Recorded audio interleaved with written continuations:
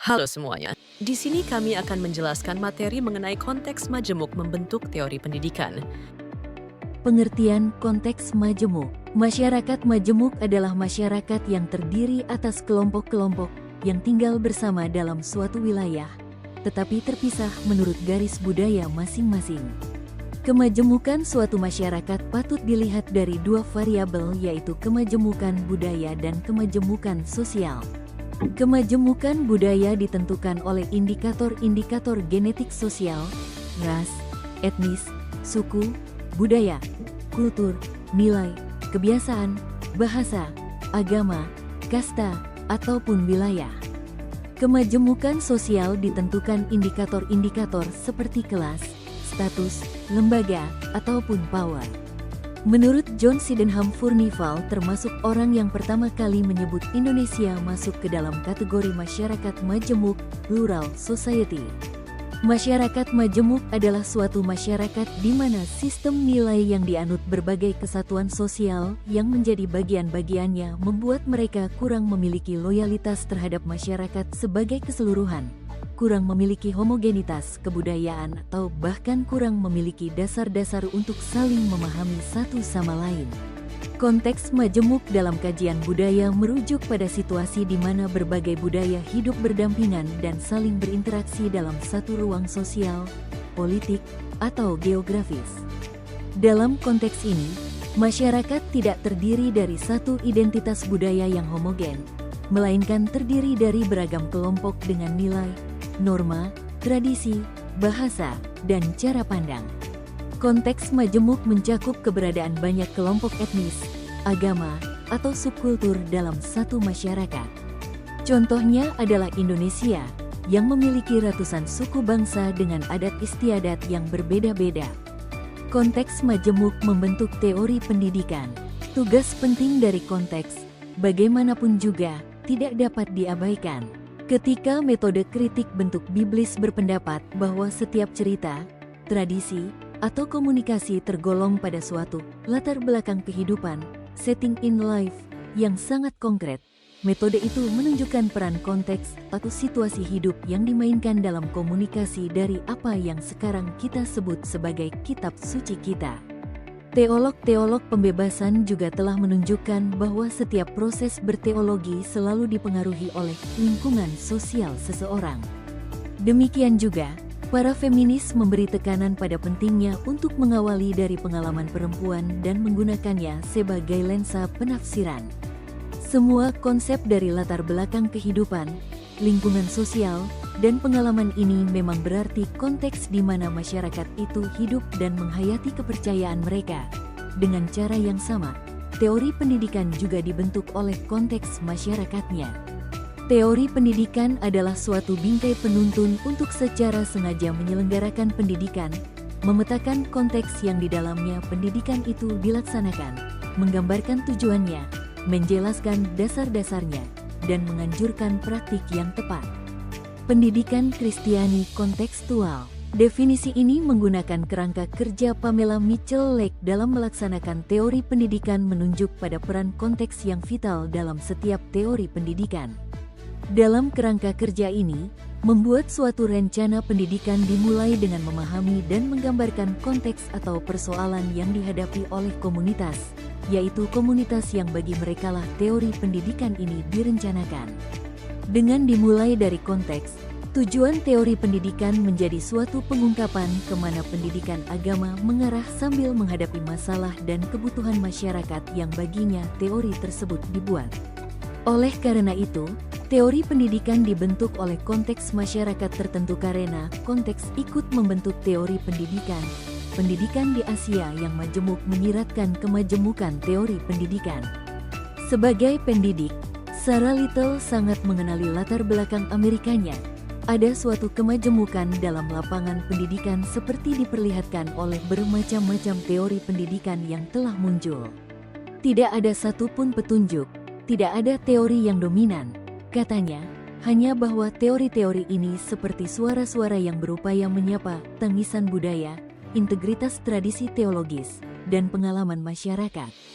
Dalam kasus Asia, Pendidikan dalam bidang agama tidak hanya menyiratkan kemajemukan dari teori-teori pendidikan, tetapi juga bahwa teori-teori pendidikan ini harus berusaha mengangkat persoalan-persoalan yang menekan dari kemajemukan agama.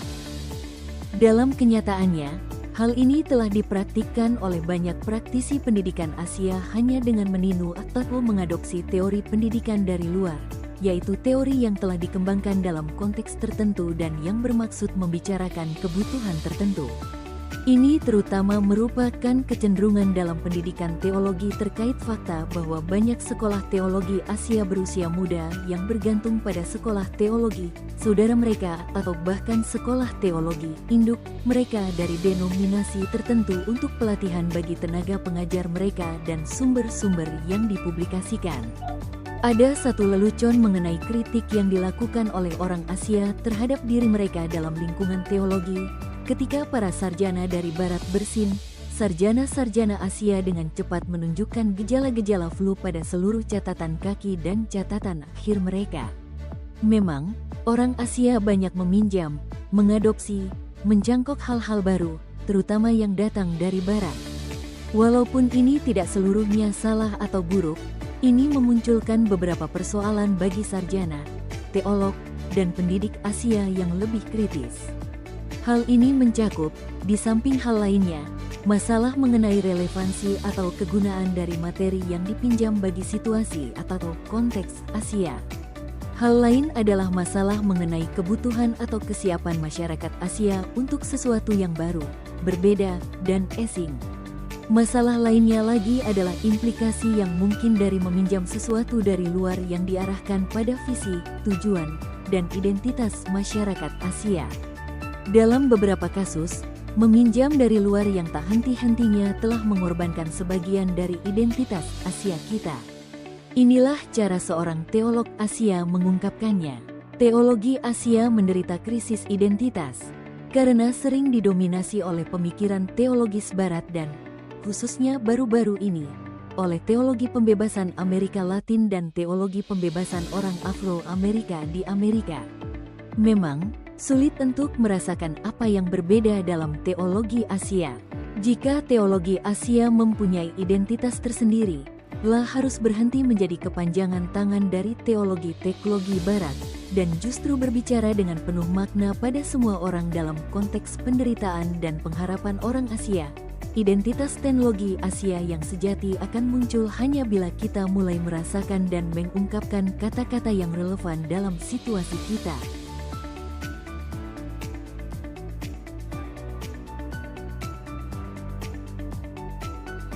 Hal yang terungkap jelas dari seluruh pernyataan dari teolog-teolog Asia ini adalah kurangnya upaya kontekstualisasi dalam proses berteologi kita. Begitu juga halnya di area pendidikan di mana teori pendidikan begitu saja diambil atau diadopsi dari luar. Faktanya, kadang-kadang ada suatu ketakutan yang terungkap bahwa kontekstualisasi suatu teori akan menghasilkan semacam sinkretisme yang akan melemahkan kemumian Injil. Konteks membentuk teologi dan pendidikan. Konteks membentuk teori pendidikan. Dengan demikian, realitas kemajemukan agama di Asia memunculkan masalah pendidikan yang bersifat serius bagi para penyusun teori dan praktisi pendidikan. Sikap apakah yang tepat bagi orang Kristen Asia terhadap orang Asia dari agama lain? Bagaimana kita mempersiapkan dan memungkinkan orang Kristen Asia menghadapi realitas kemajemukan agama? Pertanyaan ini mengindikasikan bahwa suatu teori pendidikan agama yang kontekstual di Asia sangat diperlukan pada zaman kita ini. Asumsi mengenai teori pendidikan. Teori pendidikan tidak dapat hadir dalam ruang hampa. Teori ini agaknya muncul dari pengalaman hidup manusia dalam konteks tempat mereka hidup. Hal ini banyak berhubungan dengan persoalan, isu, dan kenyataan hidup ini. Konteks dapat dimengerti sebagai yang melingkupi sebagaimana juga menjalin bersama. Ini mengacu pada lapisan hubungan yang terputus-putus tetapi saling terjalin yang melingkupi dan mengenai setiap orang. Konteks juga dapat berarti waktu dan ruang di mana guru dan siswa hidup bersama, di mana realitas dan persoalan bergerak dan berubah, di mana masalah dan kebutuhan muncul. Tetapi, ia juga menjadi tempat di mana harapan dan aspirasi diimpikan dan dibagikan.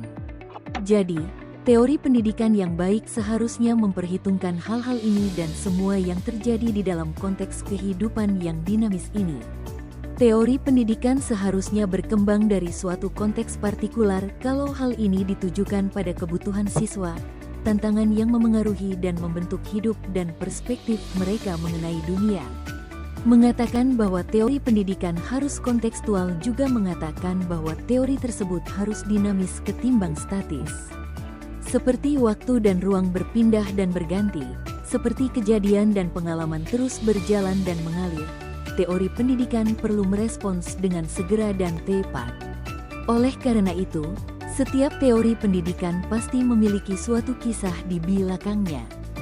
Seringkali, kisahnya merupakan suatu konflik, ketegangan, realisasi dari suatu kekurangan atau kebutuhan akan sesuatu, atau visi dari sesuatu yang lebih baik bagi komunitas atau masyarakat. Menurut John Dewey, ini adalah urusan suatu teori pendidikan yang cerdas untuk memastikan penyebab konflik yang ada dan kemudian ketimbang berpihak pada salah satu mengusulkan suatu rencana operasional yang dimulai dari level terendah dan lebih inklusif daripada yang disajikan oleh praktik dan ide dari para pihak yang berkonflik.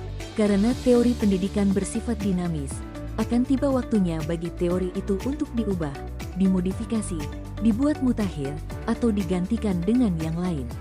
Suatu konteks yang hidup memerlukan suatu teori pendidikan yang hidup. Dengan mengatakan bahwa teori pendidikan harus kontekstual berarti juga mengakui dengan rendah hati keterbatasan dari upaya dan kemampuan manusia. Persepsi, konsepsi, artikulasi, dan analisis seseorang dibentuk oleh kemampuan fisik dan psikologis seseorang seperti juga budaya dan konteksnya. Dalam istilah Jerome Brunner, pembuatan makna diperantarai antara pikiran dan kebudayaan, dengan pikiran yang membentuk dan dibentuk oleh kebudayaan. Oleh karena itu, kebudayaan itu sendiri memengaruhi dan membatasi kognisi, pemahaman, artikulasi, dan juga aksi. Akhirnya, karena perolehan pengetahuan terbatas, pengetahuan manusia itu sendiri juga terbatas. Kita tahu bahwa apa yang kita pikirkan, pahami, dan rasakan pasti selalu sedikit pada suatu waktu. Tidak seorang pun dapat mengklaim bahwa ia, laki-laki atau perempuan, telah tiba pada akhir yang final dan mutlak. Setiap penemuan dalam sains atau disiplin ilmu lainnya adalah suatu tanda bahwa betapa masih banyak yang belum ditemukan, dieksplorasi, diketahui, dan dimengerti. Di dalam teori pendidikan, apapun yang dirasakan dan dipahami seseorang sebagai sesuatu yang terbaik yang harus dimiliki, biarlah itu terjadi demikian pada saat tertentu, dan biarlah itu diajukan untuk ditinjau dan dinilai ketika waktu yang tepat membutuhkannya. Ini adalah semangat yang melatar belakangi pembuatan buku ini, buku tentang teori Asia yang kontekstual dalam pendidikan agama. Peranan Pak dalam masyarakat majemuk. Peran pendidikan agama Kristen harus dapat membawa setiap orang pada keterbukaan. Yang dimaksud keterbukaan adalah sikap iman, dengan kata lain bahwa iman Kristen dapat dilihat dan diselidiki. Iman Kristen justru hidup jika dilakukan dalam perbuatan-perbuatan. Keterbukaan hal ini akan menghindarkan diri kita dari memburuk-burukan agama lain, tetapi secara positif bahwa dalam agama lain ajaran-ajaran yang baik. Sikap keterbukaan ini dapat membawa kita orang Kristen untuk dapat melihat orang lain atau agama lain sebagai musuh, tetapi sebagai sahabat dalam kehidupan sehari-hari kita. Setiap orang Kristen dapat menghargai akan kepercayaan agama lain, namun tetap konsisten dan memiliki komitmen iman yang tinggi kepada Kristus. Sikap keterbukaan ini sangat penting dalam konteks masyarakat majemuk yang ada di lingkungan kita, khususnya yang ada di Indonesia. Sikap keterbukaan ini dikenal sebagai sikap inklusif. Konsep lingkungan inklusif yang artinya semua orang yang tinggal dan beraktivitas di lingkungan keluarga maupun orang yang tinggal di lingkungan tersebut berada keterbukaan, nyaman mendapatkan hak dan melaksanakan kewajiban secara pribadi. Kesimpulan, konteks kemajemukan merupakan faktor penting dalam pembentukan teori pendidikan, khususnya di Asia. Masyarakat majemuk ditandai oleh keberagaman etnis, budaya, agama, bahasa, dan nilai-nilai yang hidup berdampingan. Teori pendidikan tidak dapat hadir dalam ruang hampa, melainkan harus mempertimbangkan konteks partikular tempat pendidikan itu dilaksanakan. Pendidikan agama Kristen dalam konteks majemuk perlu bersifat kontekstual dan dinamis, merespons kebutuhan nyata masyarakat setempat daripada sekadar mengadopsi teori pendidikan dari luar tanpa kontekstualisasi.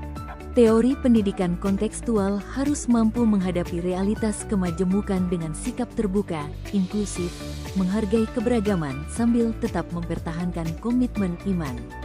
Peran Pak dalam masyarakat majemuk adalah menumbuhkan keterbukaan, di mana iman Kristen dapat dilihat dan diselidiki, serta menghindarkan sikap memburuk-burukan agama lain.